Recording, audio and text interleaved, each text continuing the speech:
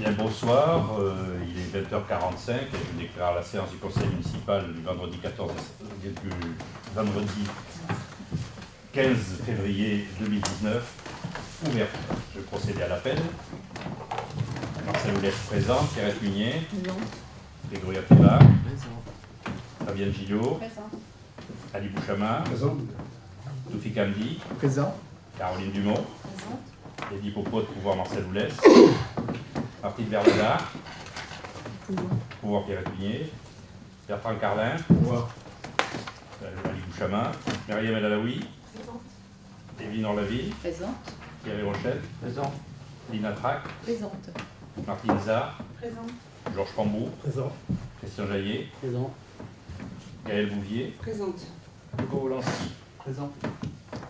Comme à chaque fois, nous allons choisir ou élire un ou une secrétaire de séance, donc qui serait volontaire pour ce rôle. Toufik, qui serait contre, qui s'abstiendrait, qui est pour. Toufik, secrétaire de séance. Toufik Ali. Donc je vous fais circuler la feuille de présence et vous pouvez signer. Avec votre dossier du conseil, vous avez comme à chaque fois le procès verbal de la séance du conseil municipal précédente qui était celle du vendredi 14 décembre 2018. Avez-vous des remarques ou avez-vous des remarques à faire? Pas de remarques? Je propose que nous passions à l'adoption. Qui serait contre? Qui s'abstiendrait?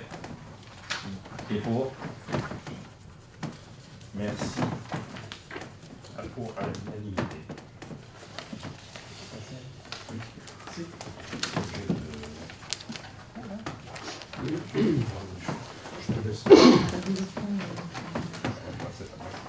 Donc le premier point de l'ordre du jour, c'est le vote du taux des 3 taxes.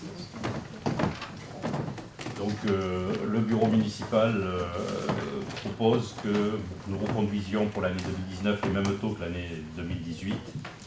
Je rappelle qu'il y a la dernière augmentation du taux des 3 taxes, taux d'habitation, taux de la taxe foncière sur les propriétés bâties, taxe foncière sur les propriétés non bâties, ont été augmentés en 2017. Donc le bureau municipal vous propose de conserver les mêmes taux, c'est-à-dire 19,95% pour la taxe d'habitation, 30,70% pour la taxe foncière sur les propriétés bâties et 63,49% sur les propriétés non bâties. Avez-vous des questions ou des remarques sur ce sujet? Bien, s'il n'y en a pas, nous allons passer au vote. Donc, qui serait contre? Qui s'abstient? Qui est pour? Merci. À l'unanimité. Débat d'orientation budgétaire. Bon, depuis l'année dernière, que nous sommes officiellement plus de 3500 habitants sur la commune, nous sommes tenus, conformément au Code général des collectivités territoriales, et plus précisément à l'article 23.12.1, nous sommes tenus d'organiser un débat d'orientation budgétaire sur la base d'un rapport qui est élaboré et que vous avez avec votre dossier. Donc c'est un rapport d'orientation budgétaire qui fera, une fois qu'il aura été développé, qui fera sujet à débat. Donc ce rapport, il comporte dans une première partie des considérations générales sur les perspectives économiques au niveau de la croissance économique mondiale et européenne.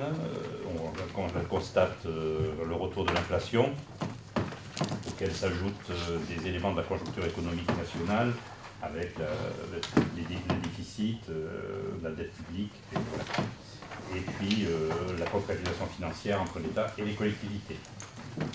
Et bien sûr, elle s'appuie sur la loi de finances 2019 pour l'attribution pour la matière de fiscalité et puis pour l'attribution des dotations globales de fonctionnement. Et la deuxième partie, elle est consacrée aux engagements municipaux, avec la situation et le bilan sur la commune de Chanteloup et les perspectives ou prospectives pour le prochain budget 2019. Donc je vais céder pour cette partie-là la parole à Pierrette Munier qui va vous parler de ce rapport sur les engagements municipaux. Merci. Donc, Je rappelle que, excusez-moi Pierrette, que le débat ne portera que sur le rapport. Hein, ce n'est pas le vote du budget ce soir, donc on ne s'égarera pas dans des considérations purement budgétaires. Ce n'est pas non plus le compte administratif. Ce n'est pas ni le compte administratif, ni le compte de gestion. C'est les grandes lignes du budget 2019. Donc, un petit rappel, ce que vient de dire le maire, que ce budget doit tenir compte du contexte économique général et ses contraintes, la loi des finances, tout en répondant bien sûr aux préoccupations de la population. Donc la population au 1er janvier 2019 est de 3 838 habitants. Ce budget prévisionnel sera établi sur les mêmes bases que celle de 2018, c'est-à-dire un fonctionnement optimisé des services, un ajustement des dépenses au plus près des besoins réels, la poursuite des travaux engagés et la prise en considération de nouveaux investissements. Alors, les résultats du budget 2018. Bien qu'on ne fasse pas un CA, puisqu'on a arrêté nos comptes 2018, mais donc vous les connaissez. Donc, les restes à réaliser 2018 s'élèvent en recettes à 959 597,17 € et en dépenses à 23 019,52 €. En recettes, c'est surtout l'emprunt qu'on a voté en décembre de 840 000 € et puis la subvention du département et de Marne-et-Gondoire qu'on n'a toujours pas perçue. Et en dépenses, c'est essentiellement l'installation de 2 classes mobiles à l'école et du vidéoprojecteur. C'est réalisé, mais c'est pas la classe informatique, c'est dans des classes. Mais on n'avait pas la facture, donc on l'a mis en reste à réaliser. Ensuite, en fonctionnement, on a un solde 2018 de 269 953,88 €, auquel on rajoute la reprise du N-1 de 742 806,68, ce qui fait un R002 de 1 012 760,56 €. On voit bien qu'on n'a pas touché à notre solde de 2017 pour faire fonctionner nos services.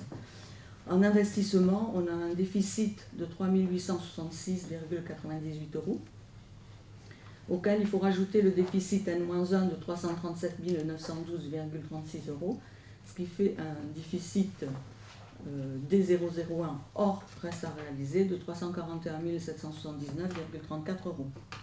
Ça, c'était pour information. On verra tout ça en détail quand on votera le compte administratif. Donc, les recettes, la section de fonctionnement, les recettes. Alors, on n'a pas encore reçu notre 12,59, bien qu'on ait des tendances sur l'évolution des bases. Je préfère établir les grandes lignes de ce budget en repartant sur la fiscalité de 2018. Au cas où on a des surprises, parce que même si les bases, alors c'est surtout la TH qui devra augmenter les bases de TH de 2,2%, d'après la loi des finances, le foncier bâti, lui, n'augmentera pas beaucoup parce qu'avec la nouvelle loi sur les valeurs locatives, les nouvelles règles de valeurs locatives, c'est plutôt les entreprises qui sont favorables et c'est à la baisse. Et ensuite, on a malheureusement des entreprises qui changent de raison sociale et qui restent au même endroit, à Champy, mais qui changent leur raison sociale et du coup sont exonérées de foncier bâti pendant 2 ans. Donc ça a joué l'année dernière pour nous déjà avec Excelsia qui a changé Excelia, oui, je pas dit ça. Donc voilà pour la fiscalité. Donc ce budget est établi sur ce que nous avons touché en 2018, c'est-à-dire 2 477 000 € de taxes. Ensuite, on vient de voter le maintien des taux, donc ça, pas de surprise. Alors, les autres recettes fiscales, l'attribution de compensation, elle a baissé puisqu'on a mutualisé des services en cours d'année. Donc, pour 2019, elle s'élève à 125 145 €. La taxe additionnelle au droit de mutation, Donc ça, c'est celle qui est versée par l'État. Ça tourne autour des 130 000 régulièrement, donc on peut se imaginer qu'en 2019 ce sera pareil, puisque c'est sur chaque vente de maison, il y a des droits. La taxe sur l'électricité, on peut l'évaluer à 60 000 €. Ensuite, les concours financiers prévisionnels, ils sont constants. La DGF, dans la loi des finances, elle est constante. La dotation de solidarité rurale, elle est constante. La dotation nationale de péréquation, elle est constante aussi. Et la DMTO, c'est la dotation de droit de mutation à titre onéreux, mais c'est la part départementale. Jusque-là, on n'en touchait pas. L'année dernière, on a touché 65 000 €. Donc, on espère que ça va se poursuivre. C'est pour ça qu'il n'y en avait pas au BP 2018. Les produits des services. Alors, le bureau municipal a souhaité ne pas augmenter les tarifs des services pour 2019. Donc, c'est une proposition qui est faite aussi dans ce DOB. Donc, la culture, ça, c'est les sommes qu'on devrait percevoir au cours de l'année 2019. Alors il faut dire que l'accueil de loisirs et la restauration, cette année, les recettes ont assez bien fonctionné par rapport aux années précédentes. L'argent est bien rentré, sauf que il faudra qu'on modifie notre règlement parce que la trésorerie nous a fait une remarque, c'est que 2 mois pour régler, c'est trop long. Elle voudrait la trésorerie soit qu'on réduise notre délai. C'est la seule remarque qu'ils nous ont fait sur notre budget. Donc on devra augmenter un petit peu ces recettes de 58 000 €. Alors les recettes réelles de fonctionnement, donc vous avez 2017-2018, c'est à peu près équivalent, c'est au niveau des BP. Et en 2019, on a une augmentation de recettes réelles qui sont dues pour donc, ce qu'on vient de voir, les 58 000 € de produits et services, 65 000 € de fonds de DMTO, qu'on vient de voir, et 66 000 € de taxes, parce que au BP 2018, sur le 12,59, le 12,59 était inférieur de 66 000 € par rapport à ce qu'on a touché. On a eu des rôles supplémentaires. Donc, voilà. Donc on a à peu près 180 000 ou 190 000 € de recettes supplémentaires. Ensuite, les dépenses. Alors, le reversement de fiscalité, le FPIC, bon, ça c'est ce qu'on paye avec Marne-et-Gondoire, puisque, je le répète à chaque fois, Marne-et-Gondoire est une communauté d'agglo riche, donc elle le verse au pot commun, qui sert après à renflouer les communes pauvres, les communautés pauvres, et donc nous on participe à l'intérieur, et la part pour 2019 est de 42 275. Ensuite, les charges à caractère général, donc le BP 2018 prévoyait 1 405 833 €, on a dépensé que 1 345 362 €, voilà nos économies, c'est sur le fonctionnement. On a serré, les services ont fait attention. D'ailleurs, je les remercie, j'en profite pour les remercier, ils tiennent compte de nos problématiques. Et donc pour 2019, il y a une augmentation de 4% qui est due à l'augmentation des fluides. On va faire des travaux dans les bâtiments mais qui sont faits en régie. Donc c'est le coût des matériaux, voilà. Et puis sur les réseaux, pareil. Ensuite, la masse salariale. Alors la masse salariale, elle est aussi en augmentation par rapport au CA 2018, mais nous avons une offre complémentaire. Il y a l'agent de l'agence postale et la SVP en année pleine. La mise en stage d'agents non titulaires, des heures supplémentaires pour les élections européennes, le recrutement d'un DST sur 8 mois, puisque nous avons recruté un DST qui va arriver début mai. On économise à côté de ça un demi-poste de la culture, puisque l'agent a été muté par Marne-et-Gondoire. Nous n'avons plus qu'un seul emploi d'avenir, donc on n'a pas de recettes en face, et on n'a plus d'emploi aidé, de contrat aidé. Donc voilà pour la masse salariale. Donc je vais faire une pause si vous avez des questions sur le fonctionnement.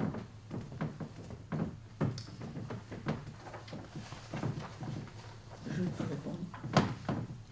Pas de questions? Ouais, poursuivre, Pierrette. Bon, je vais poursuivre. Alors la section d'investissement. Donc je rappelle, les dépenses d'investissement, elles permettent de valoriser le patrimoine existant et elles préparent l'avenir.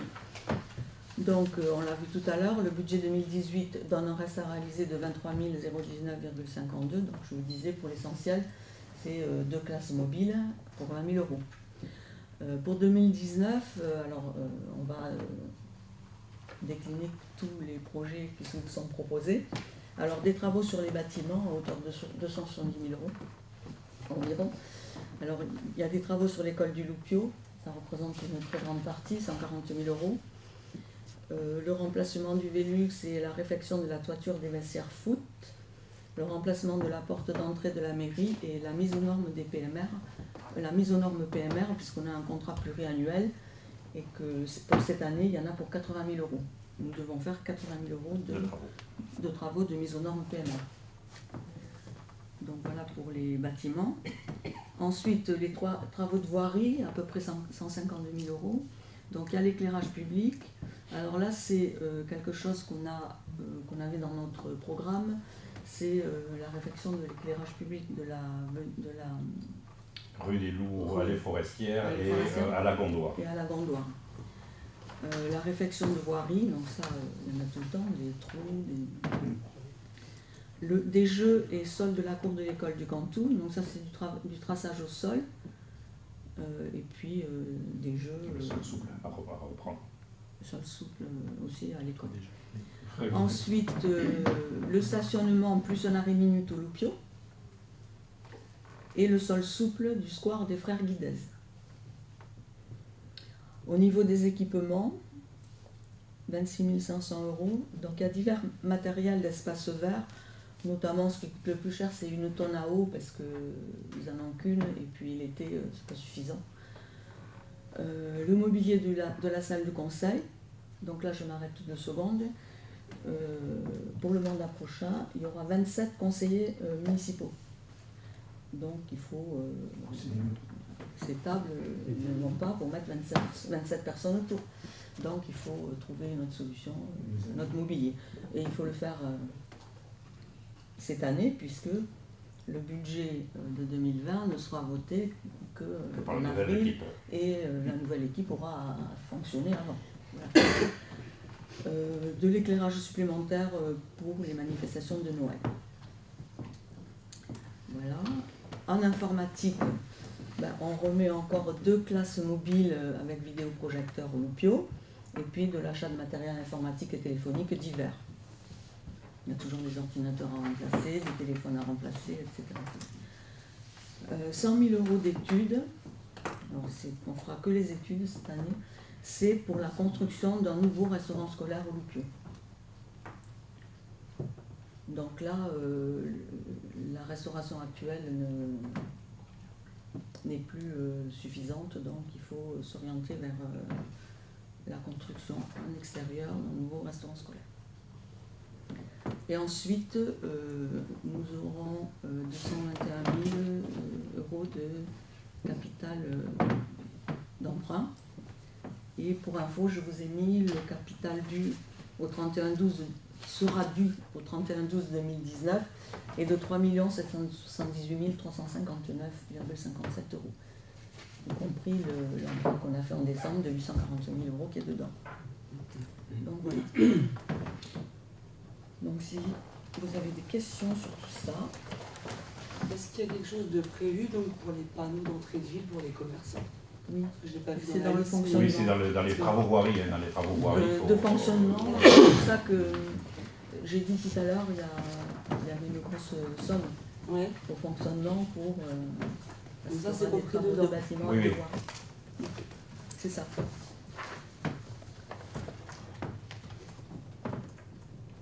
Le débat est ouvert. Si si tout est clair. On va peut-être en savoir un peu plus sur la construction du nouveau restauration On aura scolaire.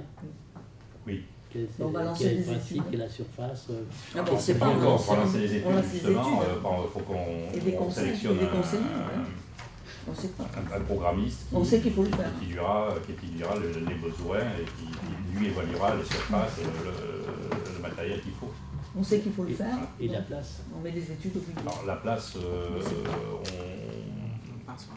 on va, ça sera un bâtiment qui sera construit à côté de l'école actuelle, plutôt vers la salle de sport. Voilà. Donc c'est par là que serait situé Alors, ce... je vais poser une question bête et méchante parce que ça sera un préfabriqué. On ne sait pas du tout, on ne peut pas le dire. Et on verra, on n'en est pas là. Il faut déjà voir les besoins qu'on aura. On n'a Donc, rien on visuel. on n'a rien lance arrêté. l'étude. On lance l'étude. Avec une ouverture prévisionnelle pour la rentrée 2020. Voilà. On sait le nombre qu'il faut à peu près parce qu'il y a une étude actuellement qui est facile à faire. Si Ben, ça va être étudié. Le nombre. le le quota, restaurant. c'est 20, 30, 40 en plus, ou je sais pas. Deux. Non. de rationnaires, il y en a forcément plus, puisque dans les nouvelles livraisons qui vont être échelonnées jusqu'en 2021 amèneront quelques élèves supplémentaires. Mais on ne sait pas combien on est à peu près actuellement maintenant en rationnaires. Pour l'Oupio, 360, mais les rationnaires, ça varie d'une année sur l'autre, selon le niveau, selon les emplois des familles. Voilà. Globalement, ça, de septembre à partir du mois d'octobre, on a le même rationnaire sur la totalité de l'année, mais ça va en septembre. On ne sait qu'en septembre-octobre le nombre de rationnaires qu'on aura pour l'année, donc c'est très variable. Par exemple, pour une information, ceux qui ont des petits frères qui viennent, ou des petites sœurs qui viennent de naître, des fois les mamans prennent un congé parental, mais papa. Du coup, ils ne mettent pas leurs enfants qui peuvent être en élémentaire à la cantine, et dès que le petit peut rentrer à l'école maternelle, et ben, ils reprennent le travail, donc du coup le rationnaire va arriver en plus à la cantine. C'est un exemple. De toute façon, on ne lancera pas les études tant que le budget n'aura pas été voté. Voilà. Ouais, c'est ça. Là, c'est une somme provisionnelle pour la somme des études qu'il pourrait y avoir. On ne sera pas avant mai. Oui. Donc je poursuis par les recettes d'investissement. Donc on a le reste à réaliser de 959 597 €, auxquels viendront s'additionner le FCTVA sur investissement 2018 qui s'élève à 90 000 €, et l'autofinancement, c'est-à-dire le transfert de la section de fonctionnement vers l'investissement à hauteur de 964 000 €.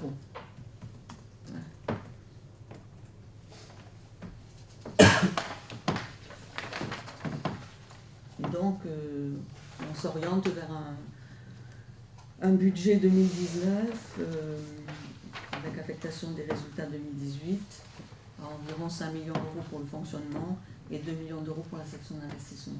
Parce qu'il y a l'atelier autour de, je ne vais pas préciser, mais il y a aussi l'atelier autour d'1 million d'euros. Aujourd'hui, on attend le résultat de l'appel d'offres. Mais on l'aura pour le budget, donc on aura des précisions. On reste dans l'estimation de l'appel d'offres, que j'ai mis là, dans le 2D. Voilà.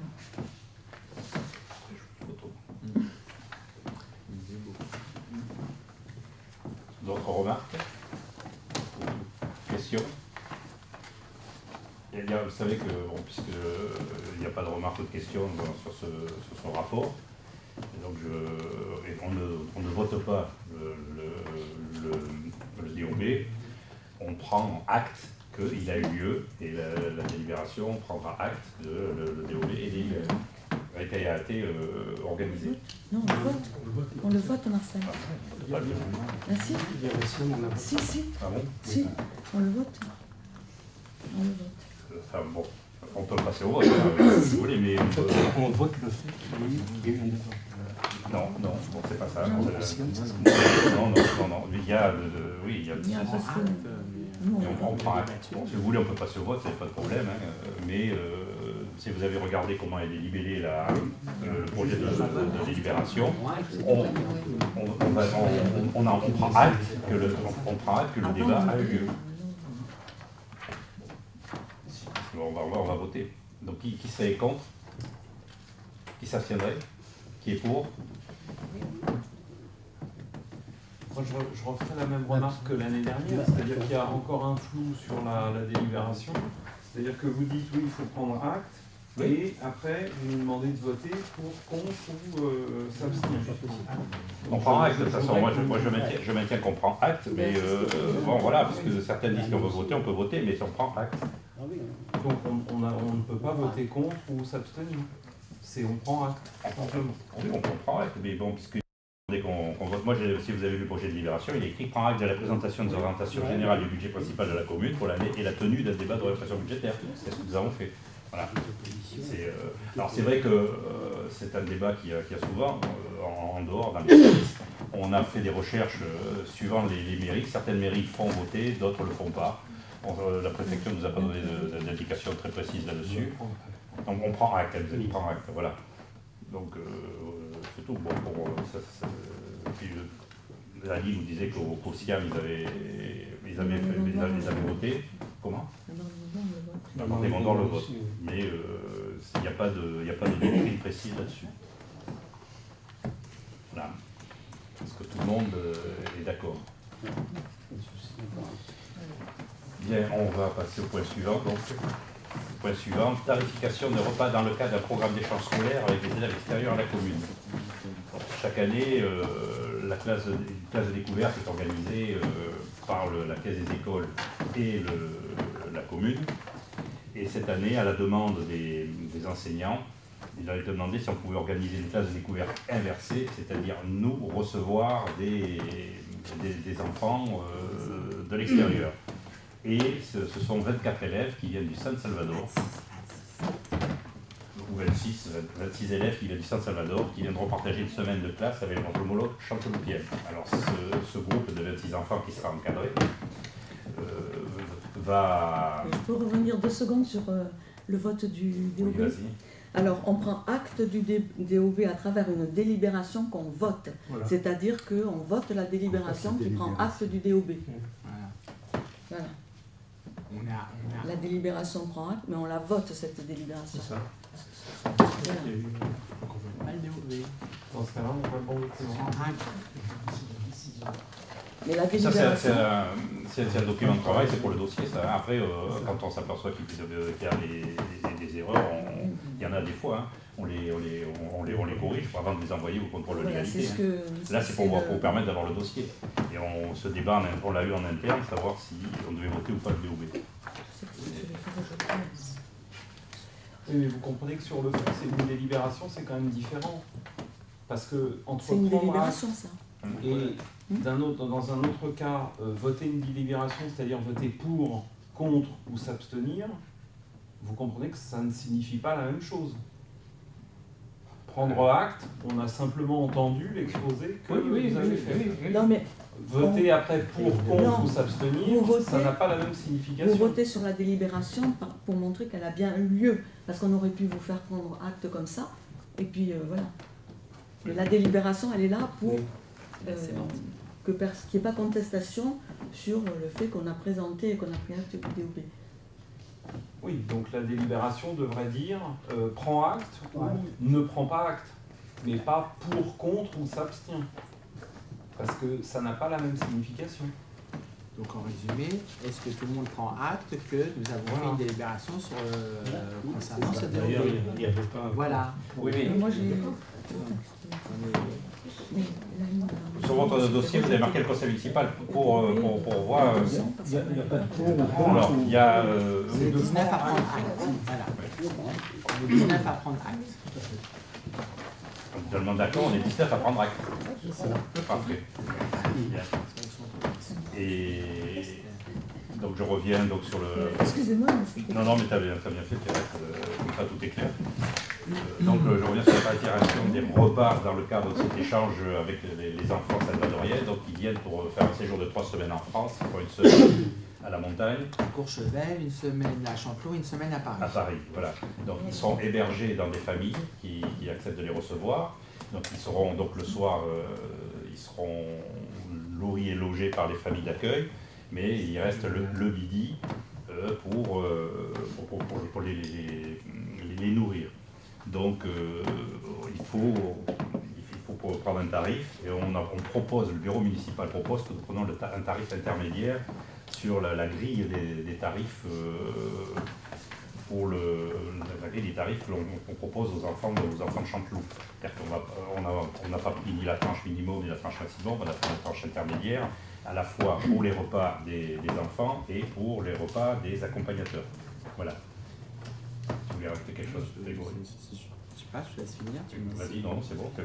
Juste à savoir que donc pour cette tarification, il y aura 3 jours de repas, 3 midis, puisqu'il y aura un midi où ils seront en pique-nique, et que la facturation des enfants qui sont hébergés par des Chanteloupiens sera pour l'organisme qui s'occupe de ce séjour et non pas pour les familles. C'est bien important. C'est pas les familles qui reçoivent qui vont payer pour le repas de sa Val de rien. C'est la Ligue de l'enseignement qui a été retenue pour organiser ce séjour à qui on donnera la facturation des repas.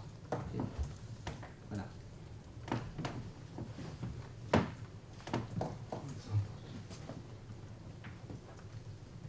Avez-vous des questions, des remarques? Oui, vous êtes basé sur quoi pour choisir le tarif tranche D? Sur le tarif, moyen. C'est tarif moyen. Oui. Et pourquoi pas le plus bas ou pourquoi pas le plus haut? Pourquoi pas le plus bas? Parce que le service de restauration scolaire a un coût qui a un coût, que ça nécessite de l'encadrement derrière. Et pourquoi pas le plus haut? Parce que c'est une visite culturelle faite par... Alors certes, c'est un lycée privé du Saint-Salvador, qui a sûrement de bons moyens, mais voilà, c'est le tarif médian qui est le plus raisonnable. Voilà, c'est juste une question de... On a pensé aussi, il y a peut-être des enfants qui ne mangent pas à la cantine, qui recevront les... Non, on ne va pas faire un coefficient comme on fait d'habitude, calculer sur le coefficient familial.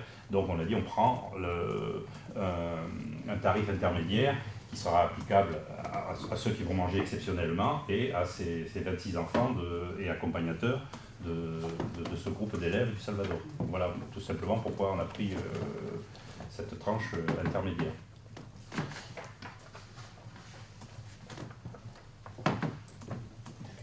D'autres questions? Je propose que nous passions au vote. Donc, je propose au conseil municipal donc, de voter pour une tranche, un tarif unique correspondant à la tranche D des plateformes de ressources annuelles sur les tarifs de la restauration scolaire. Qui serait contre? Qui s'abstiendrait? Qui est pour? À l'unanimité. Les deux points suivants ont trait à l'administration générale et à la signature de 2 conventions. La première, c'est l'occupation du domaine public par GRDF en vue d'installation d'un dispositif de transmission, de télétransmission des relevés sur les futurs compteurs communicants Gaspard. Donc vous avez le projet de convention avec votre dossier, dans le dossier du conseil. Donc là, cette première convention, c'est pour que nous rentrons en discussion avec Gaz de France pour choisir le lieu où sera implanté ce matériel de télédistribution. Donc il y a 2 lieux qui sont susceptibles de pouvoir les accueillir. C'est le château d'eau et la mairie. C'est le même principe de convention que nous avons passé avec la SOR pour faire le relevé par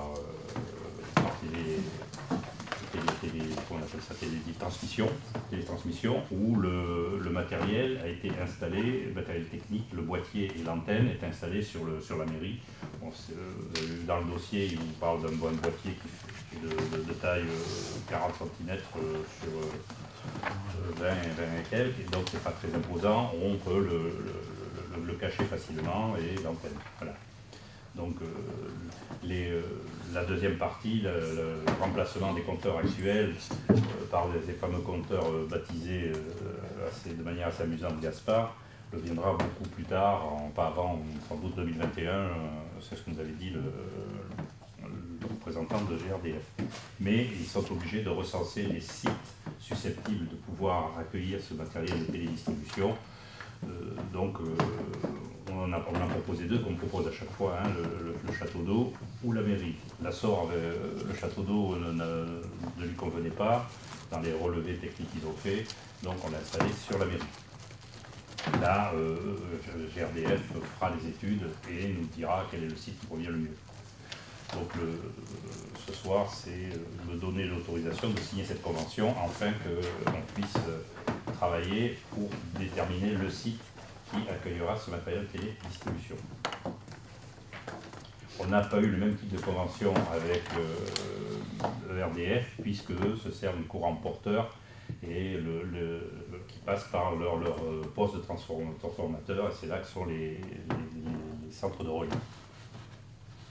Ça fait comme l'objet de toute convention. Bon, la somme paraît dérisoire, mais c'est la même que pour celle de l'Assor. C'est 50 € de loyer annuel qui sera revalorisé par rapport à une formule que vous avez dans la convention. C'est loin de ce que nous reversent les opérateurs téléphoniques, mais ce n'est pas le même usage. Je rappelle qu'au départ, l'Assor, quand on est rentré en négociation justement pour signer cette convention et trouver le site, il n'avait prévu aucune indemnité. Et le problème a été soulevé même au niveau de l'Arnais-Gondoire, et c'est ce tarif de 50 € qui avait été retenu, et donc RDF s'aligne sur le même tarif pour la redevance. Avez-vous des questions? Je trouve que c'est quand même un sacré cadeau qui est fait à GRDF que d'autoriser cette installation. Quand on voit l'expérience Linky avec tous les problèmes, tous les dysfonctionnements que ça a pu causer, je vous avoue que je suis quand même très circonspect sur ce genre d'appareil, parce qu'il ne faut pas se le cacher, ce genre d'appareil, c'est simplement, je dirais, un appareil à but commercial pour le fournisseur. Donc je vous avoue que je reste quand même très dubitatif quant à signer une convention dont il va rapporter 50 € hors taxes par an à la mairie, sachant qu'en plus tous les compteurs Gaspard vont être facturés aux utilisateurs pendant, je crois, pendant 20 ans, 2 € pendant 20 ans. Voilà, moi ça me laisse quand même, c'est une fois encore comme dans un certain nombre de dossiers, on fait d'abord puis on verra après les soucis que ça peut causer par la suite. Je rappelle que pareil que pour la même manière que pour les compteurs Linky, c'est quand même une loi qui a été votée. C'est une directive européenne. Une directive européenne qui s'applique ensuite qui a été mise dans le code de l'énergie et qui a fait l'objet d'une loi. C'est la loi de transition écologique et comment elle s'appelle exactement cette loi? Je vais pas le retrouver. La loi de transition énergétique pour la croissance verte, donc qui prévoit justement pour rationaliser les consommations électriques pour avoir un meilleur suivi de la part des utilisateurs. Et cette loi qui a été validée par le Conseil constitutionnel. Bon, maintenant, on en pense ce qu'on en veut, la loi étant la loi. Ceux qui ont refusé les compteurs Linky l'ont fait à titre personnel. Les communes qui l'ont fait ont été, leur décision, leur délibération ou leur arrêté ont été invalidés. Certaines n'ont pas été, pourquoi? Mais c'est parce qu'il s'agissait d'un vice de forme au niveau du délai de dépôt de saisine du tribunal administratif. ou de réponse du tribunal administratif qui fait que la décision était réputée comme applicable. Mais la loi, je me vois mal, moi en tant que maire et même en tant que citoyen, de ne pas répondre aux exigences de la loi. Donc voilà. Après, chacun peut refuser, de toute façon. Ceux qui n'étaient contre les compteurs liquides, ils ont refusé. Bon, ils verront les conséquences pécuniaires qui seront dans quelques temps, parce qu'ils continueront à avoir un relevé traditionnel. Cette opération-là leur sera facturée. Les compteurs gaz, ils ne sont pas, je vous le disais tout à l'heure, pas avant 2021 le déploiement. Hein. Et donc, voilà. Vous avez tout à fait le droit de ne pas être favorable à ce type d'appareil, mais je rappelle que c'est quand même la loi. Oui, c'est la loi, vous avez tout à fait raison. Simplement, il faut voir quand même que c'est une directive européenne, que la France donc, fait partie donc, des 6 premiers pays donc, à avoir accepté donc, ce lancement. On a quand même des pays comme l'Espagne, la Belgique ou la Tchéquie qui ont tout simplement refusé. Donc là encore, après, il n'y a pas de... Oui, c'est la loi, mais il y a toujours des aménagements qui sont possibles pour après soit décaler le lancement, sachant que chaque année en plus les appareils électroniques progressent. Donc ça permet quand même d'éviter, vous avez quand même vu ce qui s'est passé quand même avec les compteurs Linky qui ont pris feu. Il y a quand même une personne qui s'est retrouvée avec un compteur Linky, le compteur a pris feu, heureusement il n'était pas dans son installation, ça lui a quand même brûlé tout son portail. Donc oui, je veux bien de la technologie, néanmoins il faut quand même rester prudent et prendre en effet tous les éléments en compte. Moi il y a 2 choses qui me gênent sur ce principe-là. Il y a les ondes électromagnétiques. Hein. Rappelons quand même que l'OMS, en 2011, a quand même classé les ondes électromagnétiques possibles cancérogènes. Et deuxièmement, ce qui est gênant, c'est toute l'utilisation des données vis-à-vis de la CNIL, puisque dans tous les contrats, il est indiqué que le consommateur reste propriétaire de toutes les données qu'il concerne. Donc ça va être aussi une sacrée bataille, et c'est la raison pour laquelle je pense qu'il faut vraiment rester vigilant par rapport à ce genre de choses, parce qu'on le sait bien, de toute façon, c'est purement commercial, c'est purement pour l'intérêt du fournisseur que de déployer ce genre d'appareil. Pour répondre sur les ondes, hein, il y a une étude, notamment pour le compteur Linky, hein, l'Agence nationale de sécurité sanitaire a été saisie par le ministère de la Santé et l'Agence nationale des fréquences. Ils ont confirmé l'absence de risque sanitaire lié à l'installation de ces compteurs. Voilà. On n'a pas plus de risque qu'avec utiliser en permanence le téléphone portable.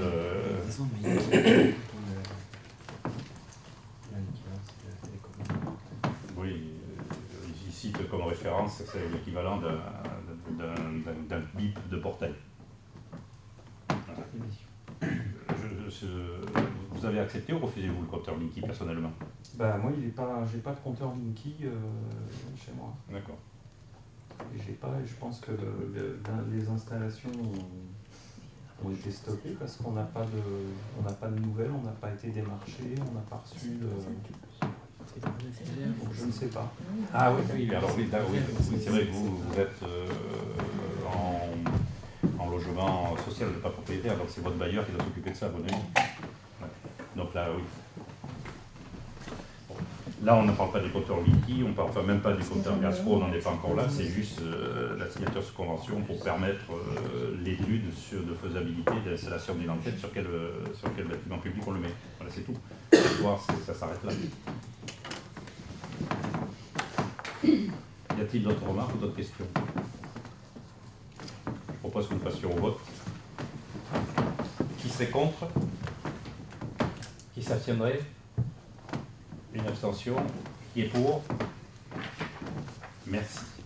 Une abstention, M. Wolanski. Point suivant, c'est la signature de convention avec l'Agence nationale de traitement automatisé des infractions et pour la réalisation l'enregistrement de procès-verbaux électroniques. Depuis le 15 octobre, nous avons une ASVP qui officie sur le territoire de la commune, qui on participe aussi à la sécurisation des lieux publics, notamment des écoles, et qui, pour le moment, fait beaucoup de pédagogie pour essayer d'améliorer les stationnements un peu sauvages. Voilà, un moment, comme il y a quelques personnes récalcitrantes, on se dit qu'à un moment, il faudra peut-être un petit peu sévir. Et pour sévir, il faut pouvoir avoir le matériel adéquat et aussi passer une convention avec les centres de traitement des PV, là, de Rennes, le Centre national de traitement qui est à Rennes. Et donc, il importe à la collectivité de se doter d'un matériel qui correspond aux normes de l'Agence nationale de traitement automatisé des infractions. Et on doit acquérir des équipements et des prestations d'installation, d'assistance, de maintenance et de formation pour des prestataires. Donc vous avez le contenu de la convention qui fixe les engagements que doit avoir la commune et les règles de sécurité à respecter.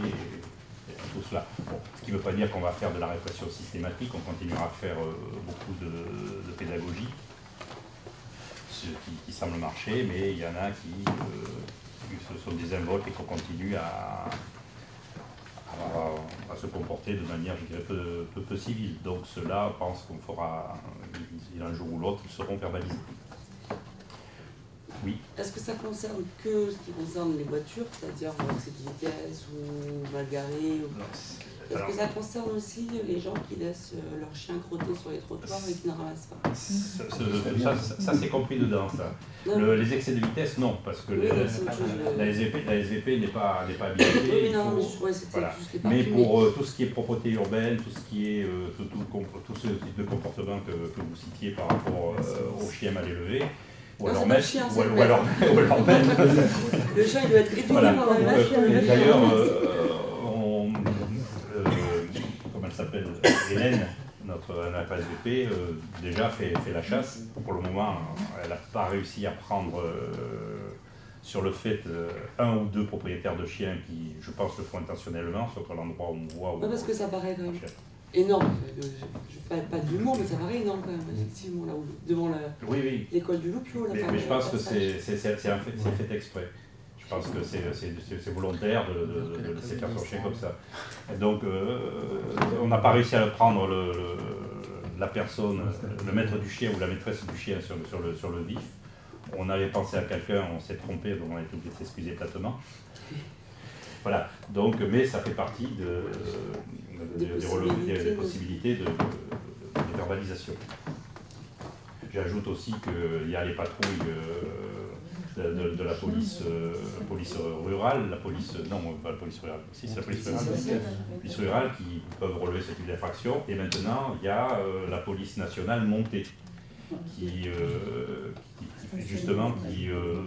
aussi peuvent verbaliser les stationnements, les dépôts sauvages, et les deux chevaux qui équipent cette police, il y en aura une troisième bientôt, sont hébergés à Conches, un des deux haras, je ne sais pas lequel, le haras des Sources, et on commence à les voir se promener sur le territoire de la commune, ça fait pendant des endroits. Dans les rues. Alors, faut les dire. C'est dans la rue, c'est pas dans le jardin. Pour vous dire, on a assisté à une démonstration par la brigade équestre de ce type d'intervention. C'est impressionnant. C'est impressionnant de voir comment les cavaliers maîtrisent leurs chevaux, comment les chevaux restent impassibles par rapport à quel que soit l'événement, et je dirais l'impression que ça fait sur les éventuels contrevenants. Dans un des démonstrations, ils vous font foncer les chevaux dessus, vous êtes en ligne, comme si vous étiez des manifestants, les chevaux dessus, ils s'arrêtent à 3 mètres de vous et ils ne touchent pas. Ça calme vite. Voilà. Donc, on s'éloigne un petit peu du sujet de départ, mais ça fait partie du type d'infraction qui est habilité à relever une ASVP, puisque c'est une ASVP chez nous. Par contre, il faut, si on veut relever les infractions au stationnement notamment, il faut du matériel homologué et puis être en relation avec le centre de traitement.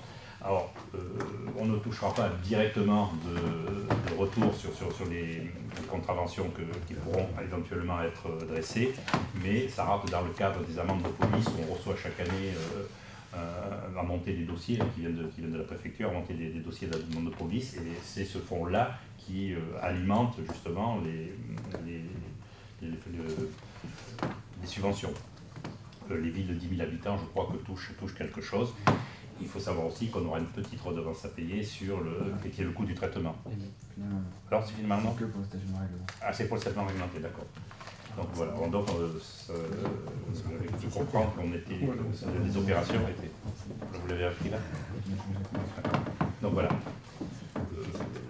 On a une ASVP qui fait bien son travail. Hein. Je pense que bon, même si des fois certains citoyens n'apprécient pas quand on leur fait remarquer qu'ils sont mal garés. Au niveau des écoles, ça passe très bien. Il y a une amélioration, on m'a fait parler d'une amélioration, surtout au niveau du Cantou. Donc il faut leur donner les moyens après de pouvoir aller plus loin dans ses missions, sans en abuser. Elle n'a pas la mission de verbaliser systématiquement, mais on préfère faire de la pédagogie d'abord. D'ailleurs, les petits papillons calmés qui sont très bien faits sur les pare-brises, ça alerte en disant vous êtes en infraction, vous êtes susceptible de payer une amende. Voilà. Et certaines les ont tellement trouvé bien faits qu'ils croyaient qu'ils étaient déjà verbalisés. Et ça, elle le fait parce qu'elle est assermentée. De toute façon, c'est un papillon de prévention parce que les amendes, on les reçoit chez soi automatiquement maintenant. Oui, donc, mais on doit sera la mettre un truc sur le pare-brise, pas obligé, on ne va pas le mettre sur le pare-brise. Oui, on est pas obligé. Voilà. Avez-vous des questions? Oui, au niveau du coût, parce que j'ai vu en effet dans l'article 3, c'est l'article 3, le préfet de département effectue le versement d'une subvention. Page 3. Oui, c'est le... Vas-y, allez-y. Dans la convention, c'est une convention type qui existe. Il y a la date en bas depuis août 2012. Le fonds d'amorçage, il s'est arrêté le 31 décembre 2017. Donc, nous ne pourrons pas prétendre à la subvention. Par contre, ils n'ont pas refait la convention, parce que c'est une convention on les a alertés sur le sujet en leur disant que ça pouvait également les engager. Mais comme le fonds d'amorçage a pris fin et qu'il a pris fin de façon officielle par la prise d'une délibération, enfin d'une décision, ils peuvent le laisser dans la convention sans pour autant qu'on sollicite le fonds d'amorçage. Donc ça veut dire que l'appareil est à la charge de la commune. Oui, c'est ça. Comme l'équipement de la SVP. On vient de lui faire son gilet pare-balles. Voilà. Et elle le porte sur elle maintenant. C'est mieux. Oui. C'est-à-dire qu'elle en avait un dans la commune où elle travaillait avant, dans la ville où elle travaillait avant, mais il reste propriété de la ville. Donc on a fait faire un sur mesure. D'autres questions? Et donc vous nous confirmez que vous aviez prévu l'année dernière, je crois que vous en aviez parlé, donc l'arrivée d'une deuxième ASVP. Alors, c'est un projet. On verra, c'est le budget, et quand on travaillera sur le budget, vous avez vu déjà le budget de personnel a augmenté, justement par l'arrivée de l'agent de la Poste et puis cette ASVP, donc on verra ce que l'on peut faire. Mais, il n'est pas mis dans les compléments, dans les offres complémentaires. Dans le DOB, d'ailleurs, il n'apparaît pas dans le DOB. C'était éventuellement, si on avait précisé que c'était justement, si le budget le permettait, oui. Mais un jour ou l'autre, il y aura un recrutement d'une deuxième ASVP. J'aimerais bien savoir votre question. Quel est l'objectif de la question? Quel est le fond? C'est une question d'efficacité, c'est-à-dire qu'en étant toute seule, elle ne peut pas être partout sur la commune, donc c'est simplement une question d'efficacité. Non, mais on en est conscient. Hein.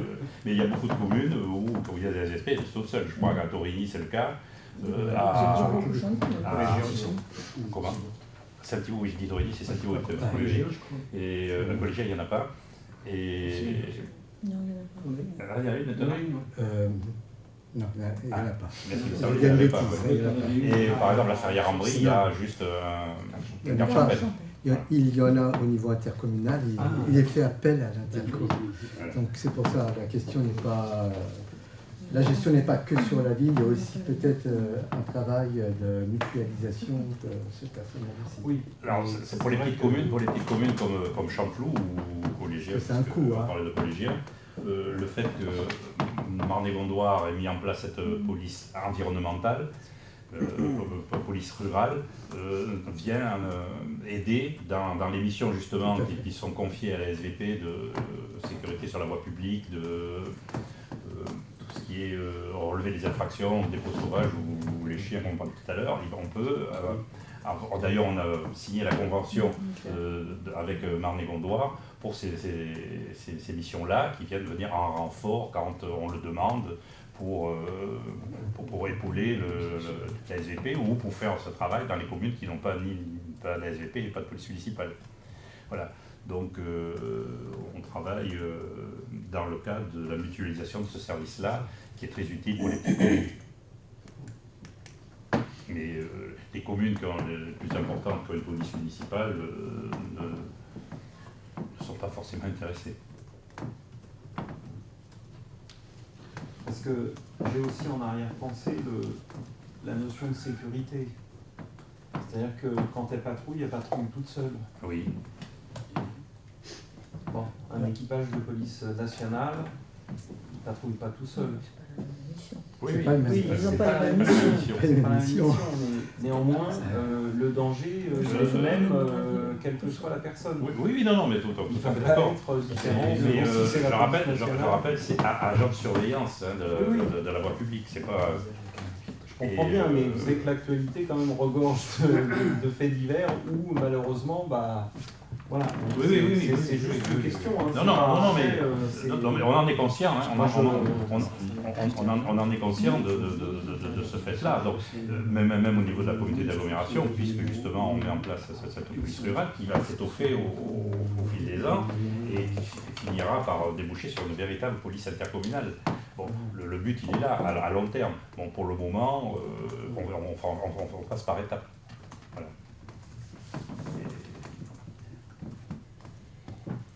Et non, mais on est conscient et on est surtout conscient qu'il faut qu'on protège notre agent. C'est pour ça que quand il y a eu des invasions de gens du voyage, il est resté en arrière, on travaillait avec les forces de police, et les forces de police venaient. La police rurale est venue aussi. C'était il y a 15 jours, je crois, quand c'était rue de la Découverte.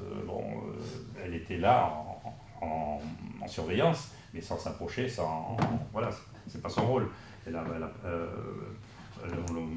pas la mission de s'exposer. Donc la police nationale est intervenue, la police rurale était là aussi en soutien. Et bon, après, dans l'après-midi, les caravanes sont parties. D'ailleurs, elle n'est pas policière, elle est agent de Oui, elle est agent de surveillance. surveillance, c'est ce que je veux Donc dire. elle n'a pas les mêmes missions.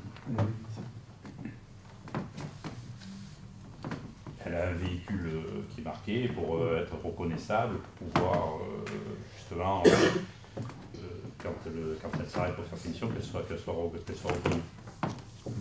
Mais en aucun cas, elle est amenée à s'exposer. C'est pas sa mission. Elle fait, par contre, elle fait des missions de. Elle reçoit des gens qui viennent, qui ont des médiations. Bon, on lui a installé un bureau dans l'agence postale. Comme ça, l'agent qui tient derrière le guichet n'est pas seul toute la journée. Elle a des fois quelqu'un avec elle, ce qui est très bien pour la sécurité. Et elle reçoit des personnes de Champloux qui demandent à la voir parce qu'elles ont un petit problème, soit de voisinage, soit de choses comme ça. Mais j'en ai vu un comme ça. Et je l'ai vu d'ailleurs, j'en ai parlé, rue des Sablons. Il y a toujours une voiture qui se range à l'angle et pour tourner. Oui. Alors donc là, elle est venue, mais arrivée là, je pense que c'est une voiture du personnel de l'atelier municipal. D'accord. Donc elle est toujours là. On va surveiller ça. Et là aussi, on travaille beaucoup avec la police rurale maintenant. Ça soulage la police nationale pour faire verbaliser les voitures. Et normalement, enlever les voitures qui sont en stationnement prolongé. on devrait avoir moins de délais pour se débarrasser de ces voitures ventouses. Quand c'était confié uniquement à la police nationale, il y avait un temps fou. Ils avaient 2 équipages en temps qui faisaient ça, il n'y en a plus qu'un. Et souvent, ils sont appelés en renfort sur d'autres interventions. Et ils ne font plus ce travail de repérage des voitures ventouses. Donc, Hélène les repère et les signale à la police rurale et au commissariat. Et après, il y a des verbalisations et des enlèvements de voitures. Je crois que la semaine prochaine, c'est prévu, non, je crois. Déjà, oui, il y a tout relevé qui a été fait. Ouais, et les relevés. qu'il a été... Alors après, bien sûr, si entre-temps la voiture a bougé de place, c'est compliqué, on ne peut plus l'enlever. Et il y a des petits malins qui s'amusent à les déplacer de 3 mètres. D'autres questions? Par contre, c'est vrai, si vous en remarquez, vous pouvez le faire le signaler en mairie, nous on va faire un constat et après on fait ce qu'il faut, on fera ce qu'il faudra. Y a-t-il d'autres questions? Je propose que nous passions au vote. Donc, qui serait contre de donner l'autorisation pour que je signe cette convention avec l'ANTAI, l'Agence nationale de traitement automatisé des infractions? Qui serait contre? Qui s'abstient? Qui est pour? À l'unanimité. Alors, les problèmes de rétrocession de voirie sont parfois compliqués. Celui-là, il était compliqué parce que Bouygues n'a pas fait son travail. Bouygues aurait dû, alors c'est l'opération, la première opération qui s'est faite rue du Prémalat, les collectifs et les pavillons individuels qui étaient en 2 lots. Donc il y a un lot, Bouygues a rétrocédé à la FUL, l'association syndicale des copropriétaires, les parties voirie, espace vert et éclairage public, parce qu'il y avait une AFUL qui était... ils avaient pris un syndic pour gérer ça. De l'autre côté, c'était un syndic privé, mais organisé par les propriétaires eux-mêmes. Et Bouygues n'a pas rétrocédé, n'a pas fait la rétrocession. Et bien sûr, il y a une demande de ces propriétaires-là que la rue des Valérianes et ces rues-là soient remises dans le domaine public, ce qui est tout à fait normal. On avait déjà anticipé depuis longtemps l'entretien des espaces verts et de l'éclairage public, tout simplement parce que il fallait attendre que l'avenue du Chêne Saint-Fiacre, qui était l'artère principale, soit rétrocédée dans le domaine public. Tant qu'elle était propriété de l'EPAMARN et que les opérations n'étaient pas réalisées, cette avenue du Chêne Saint-Fiacre restait dans le domaine privé, et toutes bien sûr les voies qui venaient se brancher dessus ne pouvaient pas être rétrocédées dans le domaine communal parce qu'elles débouchaient sur une voie privée. Donc pour répondre aux demandes des riverains, nous avions pris depuis pratiquement le début, à chaque opération qui a été livrée, l'entretien des espaces verts et l'entretien de l'éclairage public. En reste plus à prendre que la voirie. Donc, comme il n'y a pas eu de rétrocession de la part de Bouygues vers cette AFUL qui était composée de tous les propriétaires de cette partie-là de la rue du Prémalat, la rétrocession va se faire directement chez nous, entre Bouygues et nous. Voilà, traitement de voirie. Donc, il va y avoir un constat fait sur l'état et puis ça sera rétrocédé. Donc vous avez l'étude des domaines qui a été faite. Bien sûr, ça se termine toujours par 1 euro symbolique. Et nous avons la délibération justement du syndic de copropriété qui autorise donc Bouygues et la mairie à faire le transfert de propriété de la voirie. Il fallait malgré tout qu'ils se prononcent. Et, autrement, je préférais le faire directement avec Bouygues, avec l'accord bien sûr des copropriétaires, plutôt que Bouygues transfère aux copropriétaires et en face à nous ça limite les frais de dossier. Là ils sont à la charge de Bouygues, alors ils auraient été à la charge des copropriétaires. Donc voilà, c'est pour régulariser une situation qui durait depuis un certain temps. Et on a eu du mal à trouver le bon interlocuteur à Bouygues pour... il change tellement. Enfin, on a fini par le faire.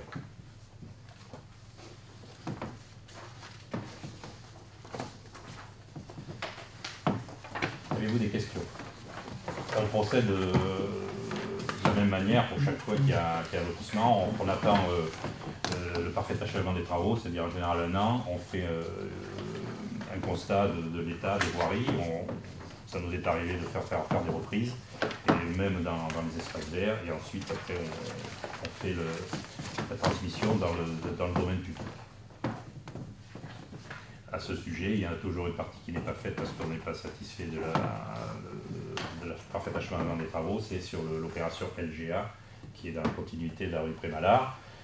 J'ai encore rencontré cette semaine les représentants de ce promoteur, et ils s'engagent à finir les morceaux de trottoir qui restent à faire, à mettre enfin en fonctionnement l'éclairage public du côté des numéros pairs, et puis à reprendre les espaces verts qui sont dans un piteux état. Voilà. Et donc on attendra. Je pense que la rétrocession sera directement entre LGA et nous, pour la même manière qu'ils n'ont pas créé la fume. Donc c'est le process normal du même moment, on récupère ces voiries dans le domaine public. Avez-vous des questions? Donc, je propose que nous passions au vote. Qui serait contre? Qui s'abstient? Qui est pour? Merci. À l'unanimité. Ressources humaines, modification des tableaux des emplois. Donc, petit Thomas, si vous voulez faire une petite explication, c'est en fait réaménagement des postes au centre de loisirs et la suppression d'un poste administratif et est transformé en poste d'animateur. Oui, c'est ça, c'est que dans le cadre de la restructuration du service enfance-jeunesse, et compte tenu que dorénavant il y a un directeur dédié sur chaque centre avec un adjoint, la restructuration et le lancement du portail famille le 4 février a diminué les tâches qui étaient dévolues à la responsable administrative qui avait son bureau donc, à la ferme du pavillon au sein du service enfance-jeunesse, puisque dorénavant pour le moment au moins la moitié, et d'ici quelques semaines normalement au moins 80% des réservations et modifications se feront directement par les familles sur une plateforme en ligne. Du coup, à l'occasion du départ en maternité d'un de nos agents aux affaires scolaires, un jeu de chaises musicales qui se produit, si je puis dire, puisque la responsable administrative prend la suite aux affaires scolaires. Ça libère un poste donc en adjoint administratif que l'on retransforme pour mettre sur le terrain à l'animation. D'où la suppression du grade d'adjoint administratif et la création du grade d'adjoint d'animation.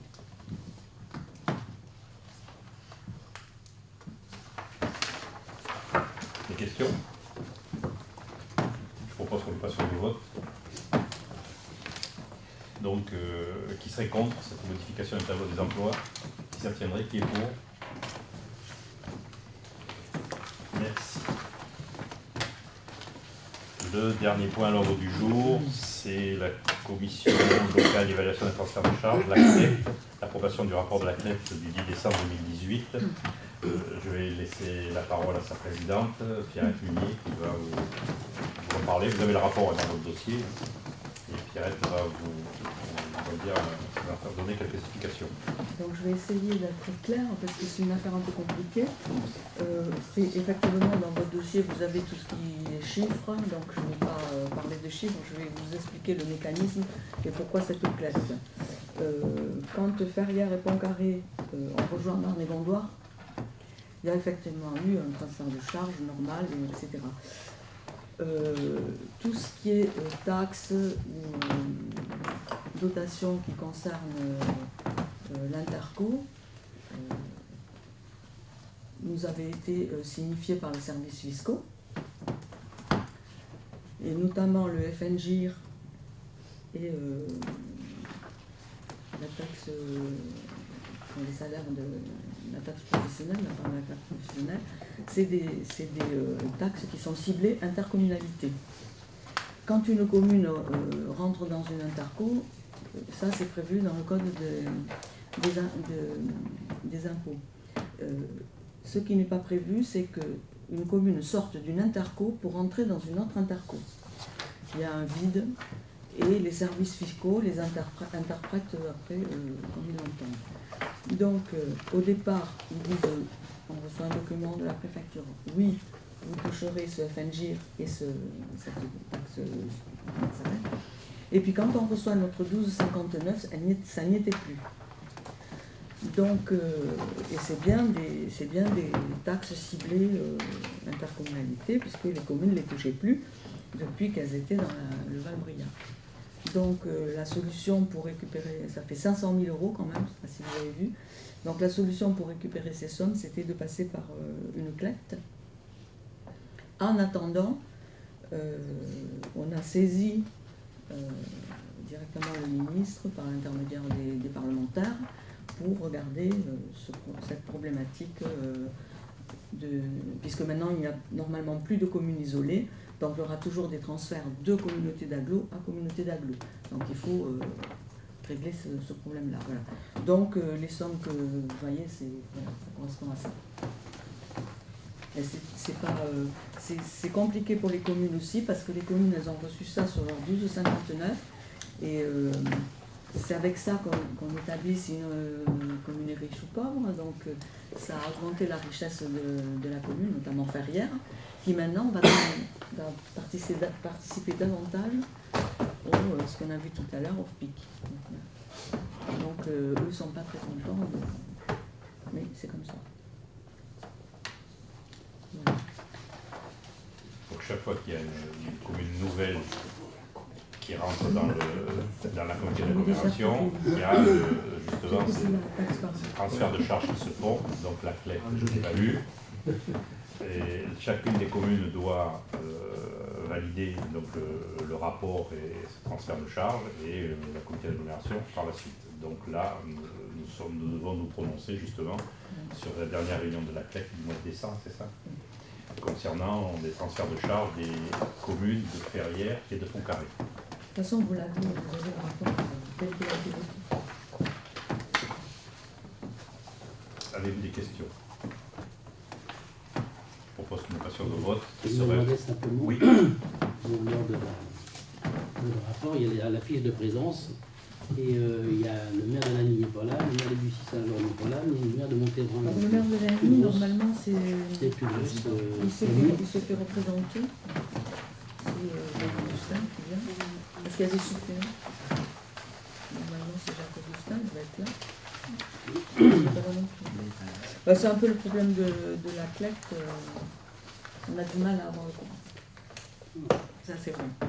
C'est les plus gros, c'est pour ça que je me demandais. Non, mais c'est vrai. Après, c'est pas le cas de l'AMI, mais bon, il y a des communes qui. Marne-et-Gondoire, c'est pas trop là.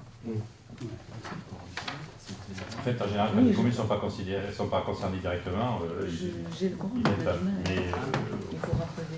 c'est vrai, il y a quelques absences. La raison, c'est les grosses communes. C'est-à-dire que les petites communes sont plus sérieuses. Il faut en déduire cela. Est-ce qu'une commune qui ferait ses calculs et qui s'apercevrait que finalement, elle a intérêt à repartir dans une autre communauté d'agglomération parce que c'est plus intéressant financièrement pour elle, est-ce que c'est la CLEC qui imposerait une pénalité quelconque de ressortie de... Il n'y a pas de pénalité. Donc, une commune, je dirais, avec un esprit malveillant pourrait très bien faire ça. Même sans avoir l'esprit malveillant, si elle trouve plus d'intérêt à être... Par exemple, le Ferrières... Ça impacte quand même les autres communes, et comme vous l'avez dit tout à l'heure, ça fait payer à Ferrières plus. Donc, oui, c'est pas sans dommage. Mais Ferrières se retrouve... c'est dans les taxes, mais après elle se retrouve sur d'autres points, parce que la communauté de Marne-et-Gondoire, elle a plus de compétences que n'a le Val-Briard, donc Marne-et-Gondoire va faire des choses pour Ferrières que c'est ce qui lui a été dit, donc, mais bon, c'est un peu en mer, quand même, quoi, c'est tout, mais c'est de bonne guerre, mais elle s'y retrouve largement. Mais malveillance, non, mais son intérêt.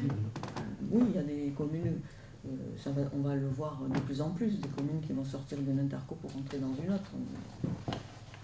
Après, il y a derrière des volontés politiques ou de contrôle plutôt des préfets pour l'accepter ou pas. Ah oui, oui, c'est pas... Bon, il faut que que l'interco de départ soit d'accord, que l'interco qui reçoit soit d'accord, et que le préfet non soit d'accord. Enfin, ça se fait pas non plus. Le Val-Brigard a un petit peu explosé et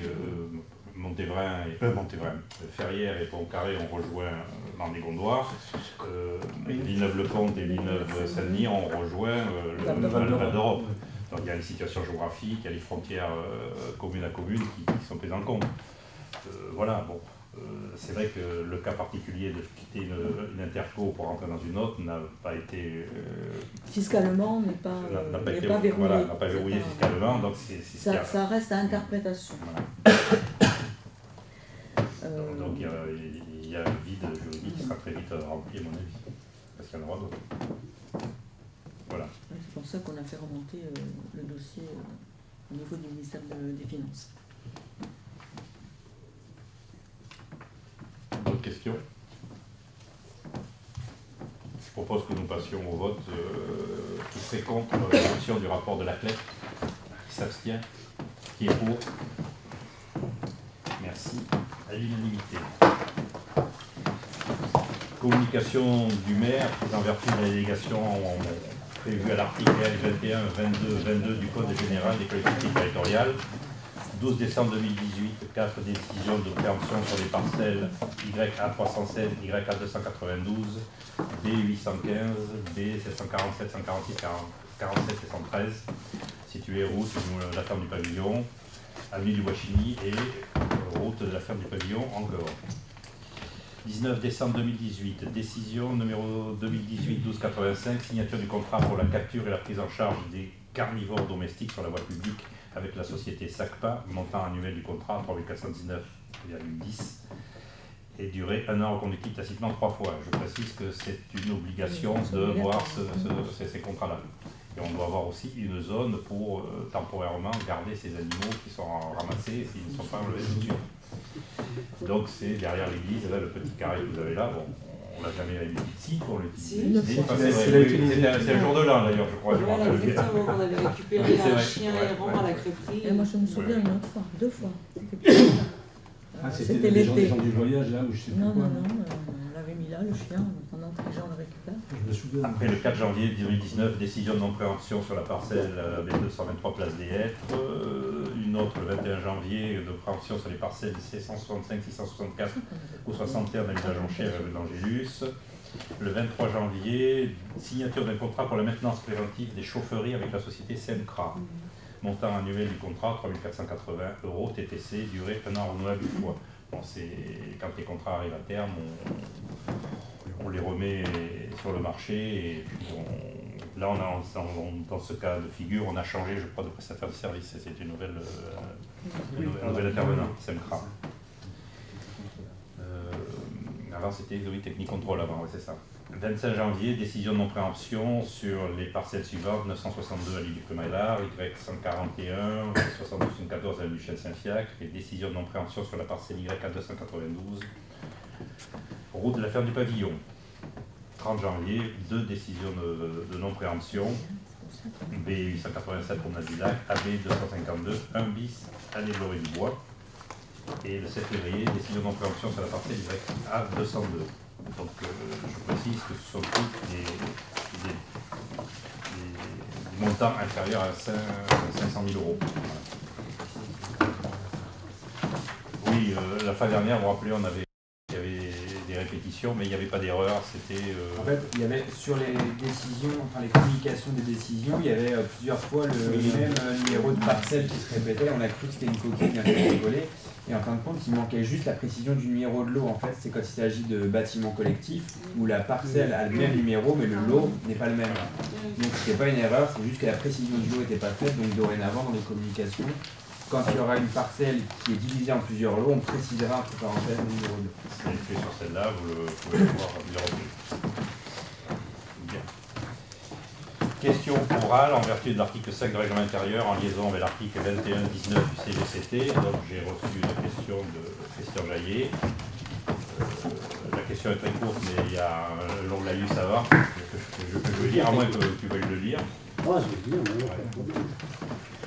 Monsieur le maire, dans le rapport d'orientation budgétaire, les engagements municipaux, situation de collectivité, c'est le point qu'on a vu tout à l'heure, il est noté le développement durable, l'innovation avec les maisons passives, zéro carbone, etc., même dans les logements sociaux, sont une constante et une volonté qui anime l'équipe municipale. Je n'en doute pas. Mais le groupe Valoris Fils, Expansière Promotion, avait déposé un permis de construire de 58 logements collectifs et 10 maisons individuelles comportant une surface importante de capteurs solaires. Le groupe a déposé récemment un permis de construire modificatif supprimant 3/4 des capteurs solaires. Ce permis modificatif allait donc à l'encontre des demandes environnementales qui sont inscrites dans le rapport d'orientation qui anime l'équipe municipale. Ce permis modificatif supprimant les 3/4 des capteurs solaires a été signé par Monsieur le maire. Et on ne peut décrire une chose et faire le contraire. Monsieur le maire, ma question est simple, pourquoi avez-vous signé ce permis modificatif? Parce qu'il faut dire quand même que d'enlever des capteurs solaires à des bâtiments sociaux, bah c'est un gain quand même gratuit, le solaire, et que de ce fait, un petit peu, bah pour le budget des gens qui habitent dedans, ça serait mieux, quoi. Que de, alors déjà, je vais corriger. Je vais corriger une petite erreur. Moins de charges de copropriété, et donc un pouvoir d'achat. Je vais corriger une petite erreur, c'est pas 3/4, c'est à la moitié. Voilà, c'est la moitié, si.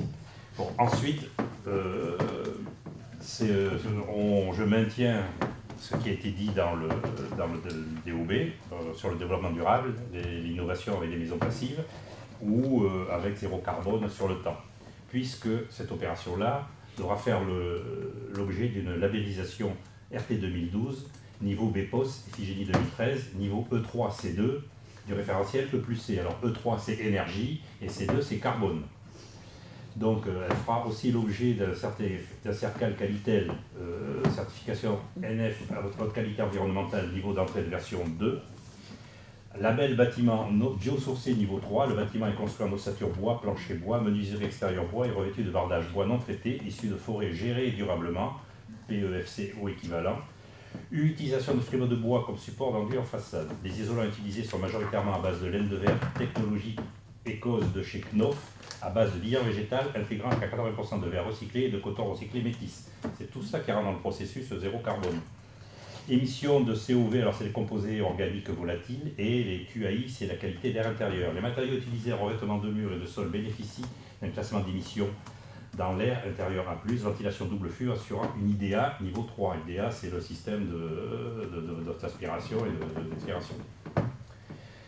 L'acoustique, la ventilation qualité, confort d'été et îlot de chaleur. Le revêtement de toiture sont à haut pouvoir de réflectance solaire avec un classement SRI de 91, différence entre la température de surface de -20 à -40 degrés sur surface noire ou sombre. Le revêtement des sols extérieurs clair. Ce sera des tuiles blanches justement pour la réfraction des rayons solaires. Végétalisation de la parcelle par plantation en pleine terre et participant à l'humidification de l'air par évapotranspiration. Protection solaire en façade sud par volet, ajouré, casquette brise de soleil, logement traversant, hormis les studios ou le studio, je ne sais pas quand il y en a, je crois qu'il y en a qu'un, il me semble, avec possibilité de rafraîchissement nocturne par ouverture des fenêtres et surventilation nocturne, en complément de la VLC. Donc il y avait un plus qui était prévu sur cette opération, c'était d'installer de la géothermie. Sauf que les études techniques de sol et de nappe phréatique ont permis que ce n'était pas réalisable. Donc, en plus, ils ont fait une étude pour savoir, parce que quand ils ont posé le PC au départ, ils n'avaient pas étudié la surface réelle nécessaire des cellules photovoltaïques. Donc, ils ont réajusté ce calcul de surface et ne pouvant faire appel à la géothermie en raison des contraintes techniques de sol et de recherche de la nappe, ils ont remplacé ce système de chauffage par la chaudière gaz. Mais en confirmant qu'ils resteront justement dans l'objectif de la labellisation que je disais en début, labellisation BPOS et Finergie 2013, niveau E3 pour l'énergie et C2 pour le carbone. Voilà. Donc c'est pour cela que j'ai signé le permis de construire, puisqu'il y a l'engagement de la labellisation et nous suivrons avec l'établissement public que cette labellisation soit respectée jusqu'au bout. Il faut prendre ça dans son ensemble. L'innovation, on l'a dans les procédés constructifs, dans les matériaux utilisés, par les circuits courts, et tout cela. C'est tout un ensemble qu'il faut prendre sur le long terme pour arriver au zéro carbone. Voilà. C'est toujours les 3 familles minimum. Comment? Ils disent toujours 3 familles. Voilà. Ça veut dire. Et donc, c'est pour cela qu'un certain nombre de mètres carrés de cellules photovoltaïques ont disparu. D'abord parce qu'ils ont réajusté le réel besoin en mètres carrés, et puis comme ils ont abandonné l'idée de génothermie, c'était un plus qu'ils voulaient mettre pour un confort d'été encore plus élaboré, mais ils y ont renoncé pour des contraintes techniques, et de coup aussi, il ne faut pas se leurrer. Voilà. Est-ce que j'ai répondu à ta question? Bon, par contre, on sera vigilant et avec l'établissement public que la labellisation soit atteinte.